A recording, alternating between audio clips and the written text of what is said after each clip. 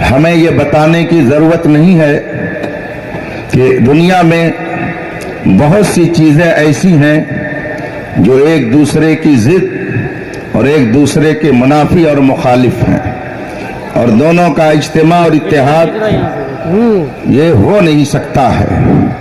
مثلا حرارت و برودت، ٹھنڈی اور گرمی، یہ دو الگ الگ چیزیں ہیں، دونوں کا اجتماع نہیں ہو سکتا ہے۔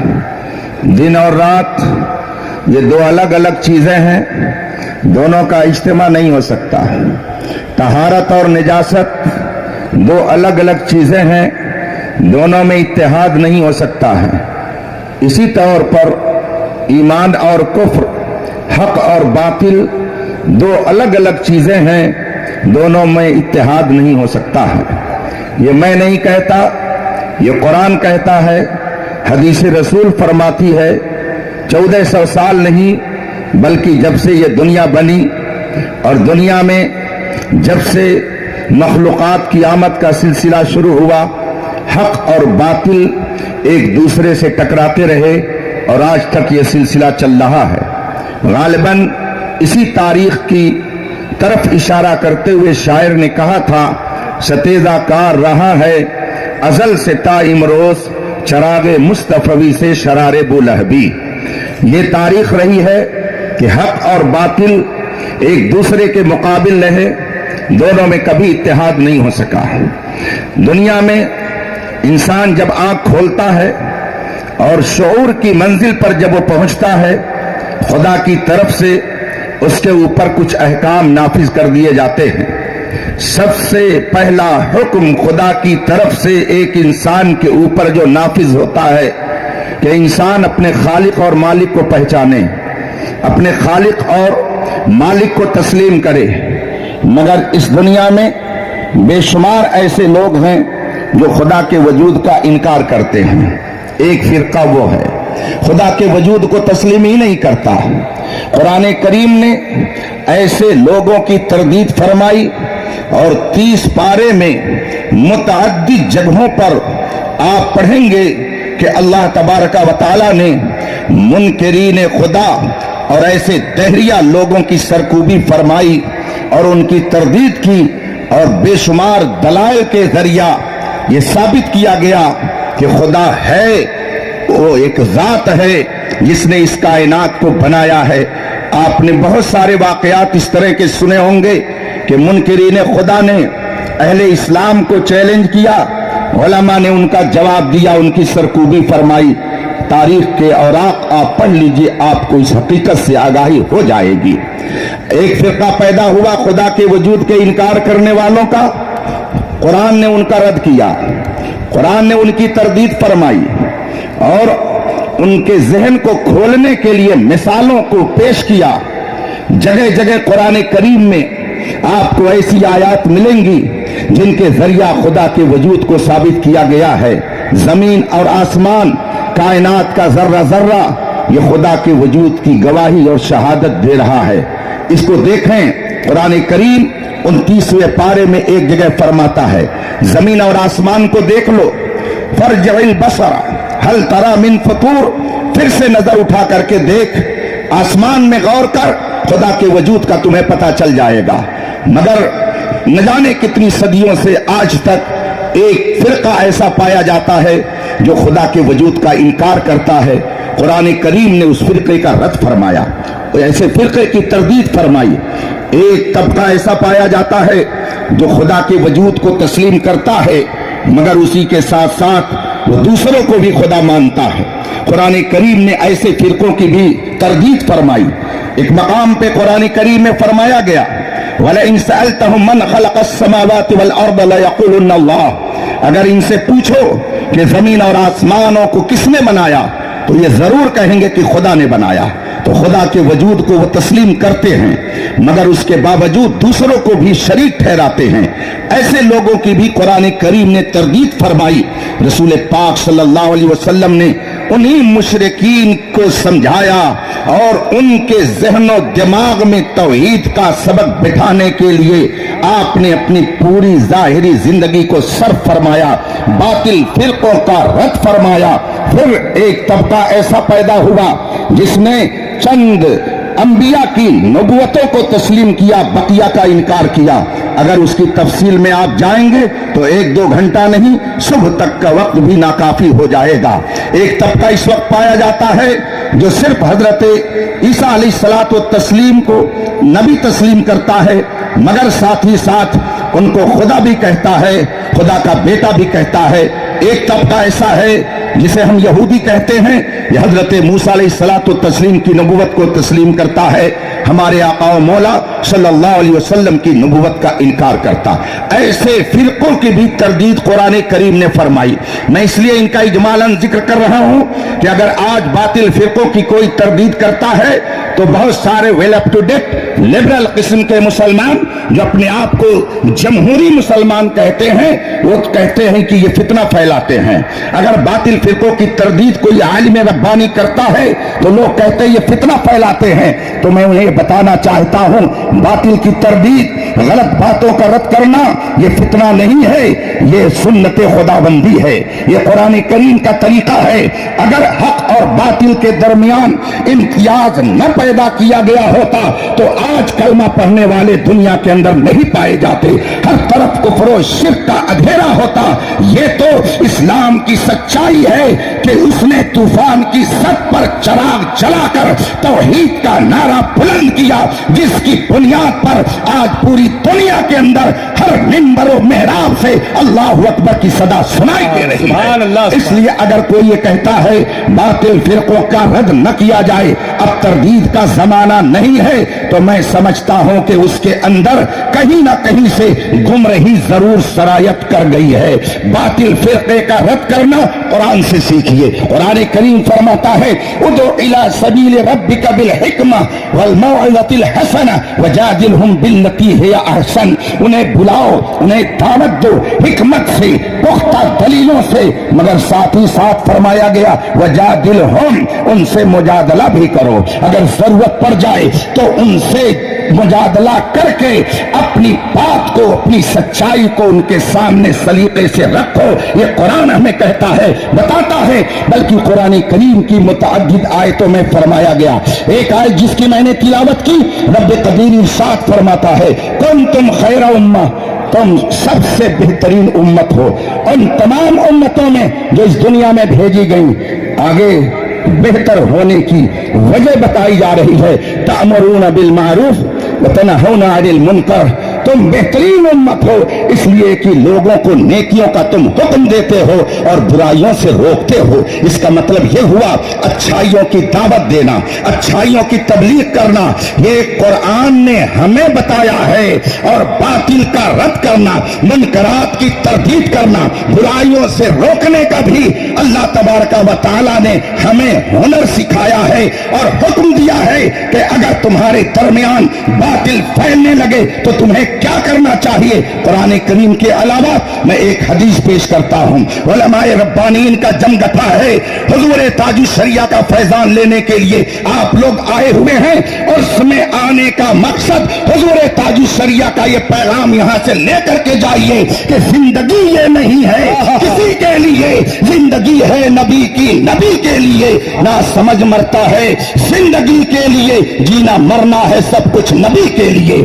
رسول کریم صلی اللہ علیہ وسلم نے ارشاد فرمایا من رأى منكم منكرا فليغيره بيده فإن لم يستطع فبلسانه فإن لم يستطع فبقلبه وذلك أضعف الإيمان۔ رسول پاک فرماتے ہیں اگر تم میں سے کوئی برائی دیکھے فليغيره بيده تو اپنے ہاتھ سے اس کو روکے، اور اگر ہاتھ سے نہ روک سکے، عرفان صاحب ہاتھ سے روکنے کی آپ کوشش مت کیجیے گا، گڑبڑ ہو جائے گا، تو تم میں سے جو کوئی برائی دیکھے تو ہاتھ سے روکے، اور اگر ہاتھ سے روکنے کی استطاعت نہ رکھتا ہو تو اپنی زبان سے اس کی برائی کو بیان کر دے، اور اگر زبان سے بھی برا کہنے کی استطاعت اس کے اندر نہ ہو تو اپنے دل کے اندر برا جانے، وذالک اضعف الایمان، اور یہ سب سے کمزور درجے کا ایمان ہے۔ اس سے پتہ چلا؟ رسول پاک کی اس حدیث نے بیان کر دیا کہ اگر برائی ہو تو جتنی استطاعت اور طاقت ہو اس کے مطابق برائیوں کا خاتمہ کیا جائے گا، روکا جائے گا، اور علماء کی ذمہ داری تو اور زیادہ حدیث پاک میں بتا دی گئی ہے۔ چنانچہ رسول پاک ارشاد فرماتے ہیں اذا ظہرت الفتن او البدع فلیظہر العالم علمہ فمن لم يفعل عند ذلك فعلیہ لعنۃ اللہ والملائکہ والناس اجمعین لا يقبل اللہ منہ صرفا ولا عدلا۔ رسول پاک فرماتے ہیں جب گمراہی پھیلنے لگے، بدعتیں پھیلنے لگے، بدعقیدگی پھیلنے لگے، فتنے پھیلنے لگے، تو عالم کے اوپر لازم ہو جاتا ہے کہ وہ اپنے علم کا اظہار کرے، علم کے ذریعہ اس بدعت کا خاتمہ کرے، اپنے علم کے ذریعہ فتنے کی سرکوبی کرے، اپنے علم کے ذریعہ لوگوں کے ایمان کی حفاظت کرے۔ ومن لم يفعل عند ذلك، اور فتنے پھیل رہے ہوں، خانقاہ میں بیٹھے ہوئے ہوں، بدعتیں پھیل رہی ہوں، درسگاہ میں بیٹھے ہوئے ہیں، اب کام تردید کا نہیں ہے، اب کام لوگوں کے درمیان جا کر کے حق اور باطل کو ممتاز کرنے کا نہیں ہے، درسگاہ میں بیٹھ کر کے پڑھاؤ، یہ بھی بہت بڑا کام ہے، مرید کر لو، یہ بھی بہت بڑا کام ہے۔ کیا ضرورت ہے ہمیں جا کر کے اوکھلی میں سر ڈالنے کی؟ کیا ضرورت ہے کسی کے سامنے جا کر کے برا بننے کی؟ اسی مزاج میں آج دنیا بھر میں صلح کلیت کو جنم دے دیا ہے۔ لوگ یہ سمجھتے ہیں اگر ہم فلاں کے خلاف کہیں گے فلاں ہمارا مخالف ہو جائے گا، ہمیں گالیاں دے گا، ہمیں نہ جانے کیا کیا کہے گا، لیکن یہ تر امتیاز ہے خاندان امام احمد رضا کا کہ 200 سال سے دوسرے باطل فرقوں کی گالیاں تو سن لیا، مگر رسول پاک کی عظمت پر آج آئے یہ کبھی اس خانوادے کو گوارا نہیں۔ نعرہ تکبیر، نعرہ رسالت، مسلک اعلی حضرت عرف تاج الشریعہ، خلیفہ حضور تاج الشریعہ، حضور قائد ملت، حضور محدث کبیر اعلی حضرت کے والد ماجد علامہ خاتم المحققین نقی علی خان رحمت اللہ تعالی علیہ، ان کے والد ماجد امام العلماء علامہ رضا علی خان رحمت اللہ تعالی علیہ، جنہوں نے بریلی شریف میں بساط افتاء بچھائی، درسگاہ افتاء لگائی، اور فتویٰ نویسی کا آغاز خاندان امام احمد رضا سے شروع ہوا۔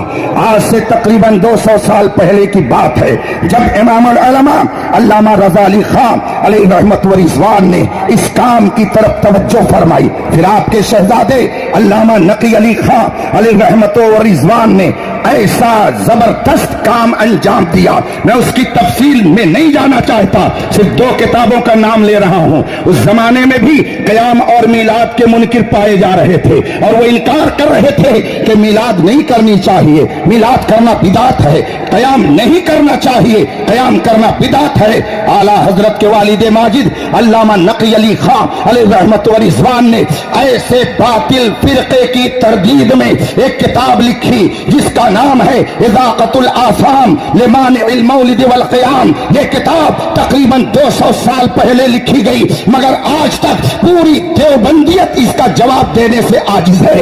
آپ نے دوسری کتاب لکھی قمع المبانی، اعلیٰ حضرت علامہ امام احمد رضا رضی اللہ تعالیٰ عنہ کے والد ماجد علامہ نقی علی خان علیہ رحمت و رضوان کی وہ دوسری کتاب جس کا نام ہے لبمان الفساد، بڑی مشہور کتاب ہے، اس میں آپ نے اصول بیان کیے۔ اس کتاب کو پڑھنے کے بعد اصول الرشاد لقمع مبانی الفساد، آج کل بہت سارے لوگ کہتے ہیں کہ مولانا احمد رضا ایک مولوی تھے، میں اعلیٰ حضرت کی بات کیا کروں۔ اعلیٰ حضرت کے والد ماجد علامہ نقی علی خان رحمت اللہ علیہ نے یہ جو کتاب لکھی ہے، اگر اسی کتاب کو لوگ سمجھ لیں تو مان لیا جائے گا کہ واقعی وہ علم والے ہیں۔ ایسی زبردست کتاب باطل کی تردید میں انہوں نے لکھی۔ جب اعلیٰ حضرت کا دور آیا تو آپ کو تو رب قدیر نے وہ کمالات، وہ خوبیاں عطا فرمائی کہ دنیا کہہ رہی ہے وادی رضا کی کوئی ہے